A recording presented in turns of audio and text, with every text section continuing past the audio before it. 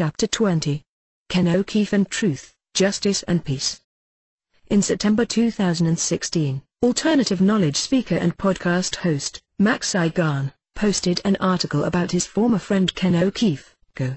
Igan described his experience with Go and the proposed World Citizen Contract Initiative. Igan also discusses this in an interview with Richie Allen, which was posted on the 31st of August 2016.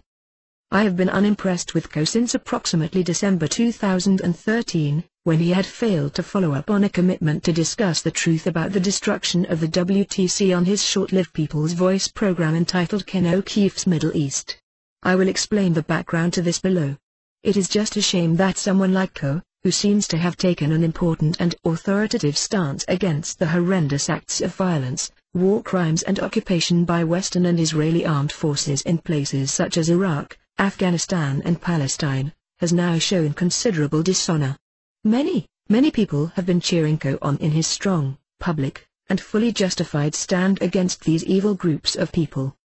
How can it be, then, that Max Igan has now become convinced that Go is not who he first appeared to be and is, instead, a counterintelligence agent of some kind?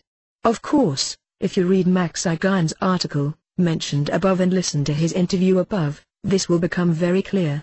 I also asked myself questions about Go, not too long after meeting him, but unlike Igan, I never expended any significant funds or energy supporting him. Ken O'Keefe, Awakened State, the 11th of May 2013.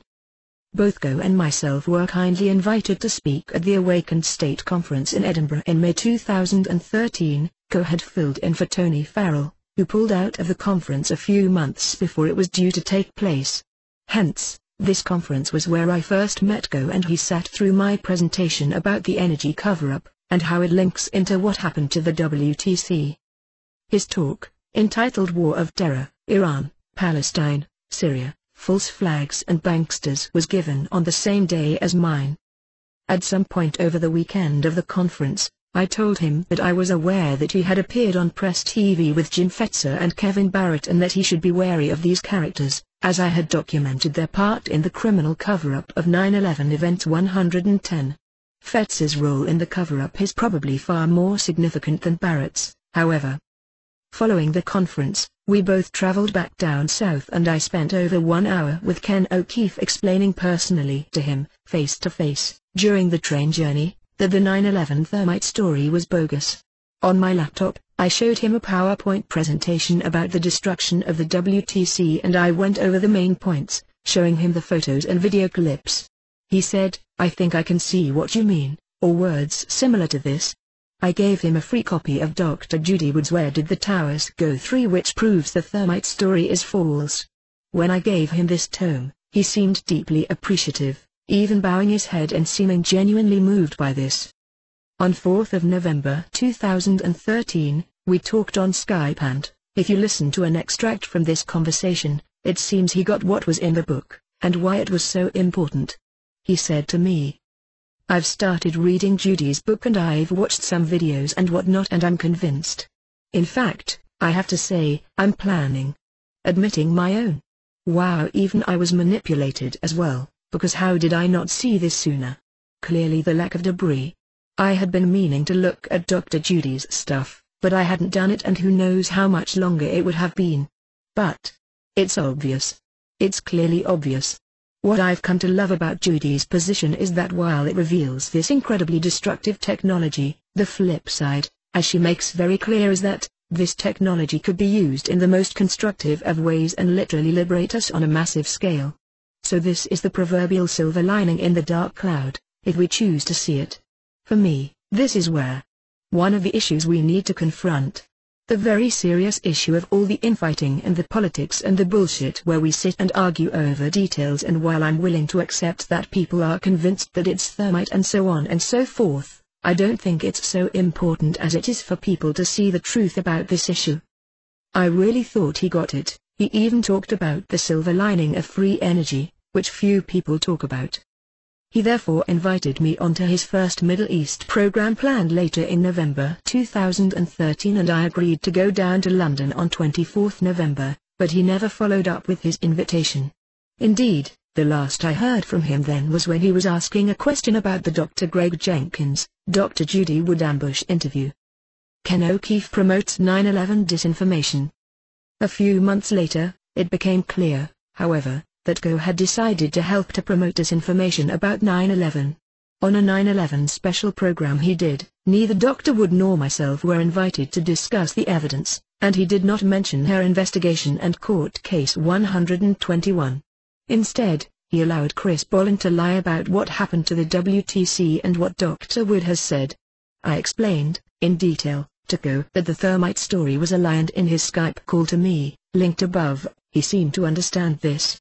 So, then, it was now on record that Ken O'Keefe had not chosen the path of truth with regard to what happened on the 11th of September. In Co's 9/11 special, Chris Bolin gets quite a lot of time and talks about thermite. I mention Bolin because he is also part of the 9/11 cover-up and has chosen to lie about Dr. Wood's research. Again, Bolin has not taken evidence to court and he just repeats the Jones/Gage/AE 911 talking points. Why is Bolin lying about someone else's research, if he claims to be interested in the truth about 9/11? Why did Go give this liar airtime? I explained all this to him and he agreed it was a good investment of time. Now, as Go discusses, there is evidence that Zionists played their part in orchestrating and covering up what happened on the 11th of September, and it seems there are other powerful vested interests, connected with the Israeli and US/Israeli power structures that have their dirty fingerprints all over the 9/11 planning and its cover-up. However, to miss out everything I told him, and instead include disinformation that I had already pointed out to him, was a huge disappointment to me, as I took him to be an honorable man. In September 2015, I posted some of these remarks on a thread on Facebook and Co replied to my comments, with some apparent humility. He argued that he had given Bolin airtime because Bolin was willing to talk about Mossad and 9/11. So why did he also include the 9/11 disinformation that Bolin was coming out with? He could have just edited that out, and contacted me to discuss other aspects of 9/11. After all, we'd already agreed he would do that. So, I commented to Co, on Facebook. Ken, I respect what you are trying to do. However, you wrote you are feeding the very problem that is among our deepest of problems, and I could say exactly the same to you, because you helped promote false information about 9/11.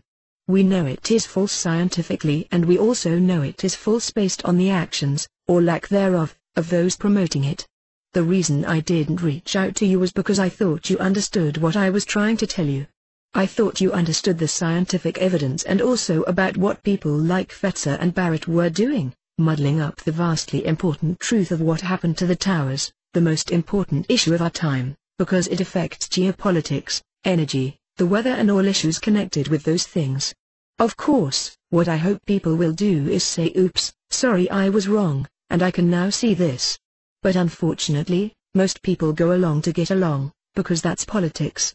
Myself and Dr. Wood are not politicians and only concern ourselves with the evidence of what happened. I won't bother to address what you said about Dr. Judy Wood as it's not relevant to the evidence I showed you in May 2013. I have also reverse engineered the cover-up of 9/11, and it's all in my free book.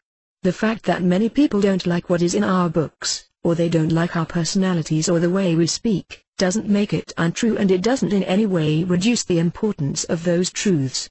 I hope you can understand this.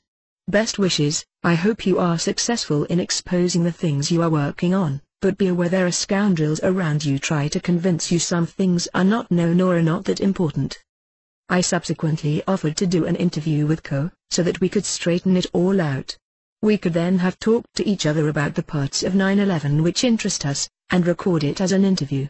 I even offered to set it up and record it and edit it, at my own expense. I said I would seek his approval before posting it online. I also offered to buy him some lunch. He seemed to be amenable to this at first, but then backed out of the idea saying, I cannot work with you. Former U.S. Marines. When Max Igan posted his comments, and I had read through his article, I was reminded that Co had apparently been a U.S. Marine. Now that Max Igan had revealed evidence that he and others had been misled by Co, it reminded me how another former U.S. Marine, Jim Fetzer, had misled me, and many others, a few years ago. Fetzer has continued to mislead people ever since. A similar scenario unfolded with a man called Pete Santilli, who became a newbie supporter of Dr. Judy Wood and her research for several months. He heavily promoted the WDTTG book on his guerrilla media network, and I recorded an interview with him on more than one occasion. Santilli got involved in various squabbles and even recorded and posted a conversation with another character called Gordon Duff, where Duff admitted that Dr. Wood was correct and disinformation had to be circulated. Santilli even had an interview with Jim Fetzer which had Fetzer effing and blinding when Santilli grilled him. Later, however, Santilli was caught up in the long-running protest standoff at Bundy Ranch, and allegations of him being an FBI informant began to circulate. I don't know what the truth is about Pete Santilli, but he certainly started a lot of fights, and the muck that got spattered around then had the potential to become attached to Dr. Judy Wood and myself, perhaps. I mention all this because Pete Santilli was a U.S. Marine. I then began to wonder what connection there might be to experiences disclosed almost 20 years ago by Kay Griggs, former wife of a U.S. general. Kay Griggs, who had terrible and violent experiences at the hands of her husband, was also treated badly by one or more U.S. Marines that she knew. Conclusions. Max Igan has come to a similar conclusion to myself in that Go is not being honest in his dealings with others. Igan raises additional important questions about exactly how Go has been able to travel freely around the world when people of less importance are on a no-fly list. I feel sorry for Max that he trusted Go as much as he did. The result is yet another explosion of angst and ill-feeling and negative energy between prominent figures in the truth movement, for want of a better term, all part of a successful and often imperceptible plan to divide and rule those that stand against the evil powers that control the world.